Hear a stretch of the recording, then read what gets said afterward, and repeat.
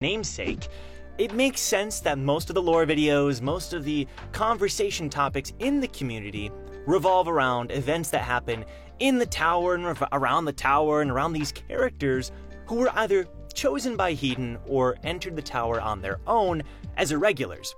However, there's an entire world outside of the tower. Now, this video isn't breaking down SIU's Tales user story, although I'm gonna mention it. That's gonna be a whole nother video on that entire universe. But instead, we're breaking down within the Tower of God's story, what role does the outside world play? If you're not subscribed yet, because over 50% of you are not, consider doing so, because it'll make me happy. The first thing I want to mention is the obvious, right? Irregulars. Irregulars all come from the outside of the tower. Irregulars are the only ones within the entire story who come from the outside. If you're not an irregular, you were born in the tower or reside in the tower, and that's how it's been, right? But the 13 warriors, they were the first people who ever entered the tower. Jahad and his 12 friends, they entered. All of the other key figures in the story, Luzlek and Malik PGR, even if they're not mentioned too much in the story, they're essential to the structure of the tower, politics, and all this stuff, the lore, obviously. Those people, as far as we're aware, they originated from the tower. But if you're an irregular, you're from the outside. So okay, right off the bat, it seems like this outside world provides people who are ridiculously strong? Like, I don't know, maybe that side has been an absolute monster, except for Rachel, because Rachel doesn't count. But again, with Rachel even, there's an entire theory, did Rachel maybe originate from inside the tower, but then Arlen, when she left the tower, which we'll get to, maybe she brought Rachel with her, So maybe Rachel came from the tower, but then again, that wouldn't really make sense because the way Rachel talks about the tower is like she's never been there. So it's like, where the frick did Arlen find Rachel? Just a village girl who happened to see what was going on outside? I don't know. Pretty weird. But regardless, it does seem strange that these people are so strong. So perhaps the outside world is a tougher world. Maybe there's a lot more going on outside the tower. Which is weird because it seems like Shinsu would be a great way to make people inside the tower stronger. Perhaps the real reason is there are ordinary people outside the tower, but then very rarely a monster, right? And this monster is the only one who can enter the tower from the outside. So it's not like everybody outside is really strong, it's just that the strongest of the strong are the ones who can enter. Moving on from irregulars, we know for a fact that the workshop also resides and does experiments and studies outside of the tower. The workshop is not this tower-related thing. It's not like the workshop was invented inside the tower. No. It actually originates from outside the tower, which opens up so much possibility for theories and discussion. Could you imagine? How is the workshop connected to Jahad and the 13 Great Warriors, right? What if they're the reason everything is happening? What if the workshop is behind everything, bro? I wouldn't put it past them. The workshop is kind of already dabbling in everything. But it is worth pointing out the workshop also exists outside the tower, and obviously the workshop in the tower doesn't have a way to leave as far as we know, so they're not exactly in touch with the outside, unless they have some method that we're not aware of, or a way to exit that we're not aware of. Maybe that's how Arlen left, I don't know. We know for a fact that there is an outside god, and he did it. He went whoosh, whoosh, whoosh, and Baum was reborn, apparently. We don't know the details, but that is as far as we know.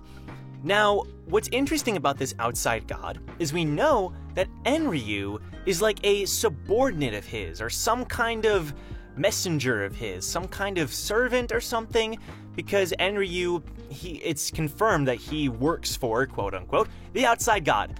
And that's one reason why when Arlen's altar was desecrated on the floor of death, Enryu came in and was like, what the frick did you guys do, Because there's some kind of connection between Enryu, the outside god, and Arlen.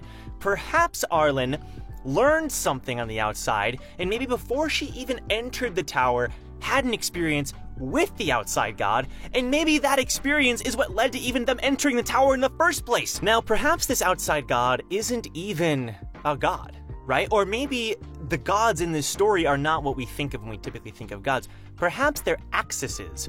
Axes? We're gonna call them axes. Perhaps they're axes. That doesn't sound right. Okay, axes. Axes. Freaking okay. Well, perhaps the outside god is, one of the axes of the story alongside Pentamenon, right? Now, some people think Pentamenon is the outside god. I personally don't think so, just because they act too differently, and I don't know, it just wouldn't really make sense unless we get further information. But the outside god could very well be an axis, and I think I've seen some great points brought up about this, where it's like, despite everything that Jahad and company have done to hide the name of Arlen and prevent the story of Arlen and Bam himself even rising up to fulfill the prophecy, it still happens. And that could be because of an Axis's power, because even Jahad himself could not stand up to the choices made by these storytellers, these axes. Bro, the axes are scary. If you don't know what I'm talking about, I talk about it a little bit in my Pentamenon lore video. You can check that out there. Maybe I'll make a whole video on this, and obviously when I talk about the Tales user story, axes are going to be at the very center. Okay, now I want to bring this point up as well, because it's not like we've never seen the outside of the tower. We actually spent our very first moments in this story outside the tower, albeit in Bam's cave. Now, this cave is interesting. How the frick did Bam end up there? How the frick is Rachel in charge of him? What is going on there? Rachel talks about outside the cave there's all these wonderful people who dance and the chosen people. That's probably referring to the tower and what she thinks of the stories of the tower, but maybe there's more going on to it there. It's a very strange, there's some strange scenes associated with this cave. But the weirdest thing to me is that we know for a fact there's a panel where we see the Jahad symbol in the cave, but it has a little cross. Now, I've heard some people say this, I think this is a great theory. Perhaps it's not the Jahad symbol. Perhaps Jahad himself adopted his own symbol from unless maybe Jahad already had his own symbol before he even entered? It's too weird. It only makes sense for that symbol to already be established before Jahad himself, changed it to match his own symbol, his own lineage, especially since the people on the outside of the tower, Jahad can do whatever he wants when he's inside. Something else that's very fascinating is that Gustang, Lopobia Gustang, Pobadao Gustang knows for a fact that there is a way out, he just doesn't know it yet. He's studying this, he's researching it. Some people think he may have already, the tower are his priorities.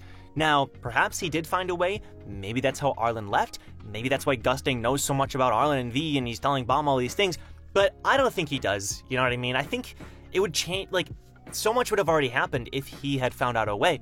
There is a way, obviously, since we know Arlen left. But speaking of Arlen, we know Arlen left the tower, somehow was able to get in contact with this outside god. Perhaps she already had that contact before, like I mentioned, and perhaps it's because even, or connected to, her being a sorcerer, a spellcaster. She maybe used Shinsu, maybe she fought in other ways as well, but like Sachi's Thorn Whip and like Levi's question mark curse, she could use spells. Now, what's interesting to me is spells in general. What if Arlen, in this outside world, brought spells with her into the tower? Or maybe not all spells, but maybe spells are this thing from outside the tower, and she already was studying it before they even entered. Because it seems like if she was to enter and then learn spells, I don't know, maybe it would make sense, but you'd think that she would just use Shinsu? I don't know, because other characters learn spells as well, so I'm just talking here. But it's worth pointing out that there is a possibility that this outside world could be where spells even came from. The last point I will make is something that I'll probably make a whole video about. It's not something I hear very often, but it is worth disputing or clearing up at least. Tower of Kai, but I've heard that term used before. The new Isekai Tower of God, the anime. Tower, boy in regular world gets taken to a mysterious world full of waifus where, he has to learn to fight and he's special. That is not Tower of God. Is but make it an isekai? No, because Bam, first of all, he's not just being chosen and taken by unknown means. This is a pre-established system. He's not the first special one. It's to explore the outside world. It's so much more vast and so much more mysteries. There's so much to discover. It's not just the United States, outside of the tower, or Japan, or Korea. It's no, this is an entire world. And on top of that, maybe people in the anime don't know this, Bam was born inside the tower.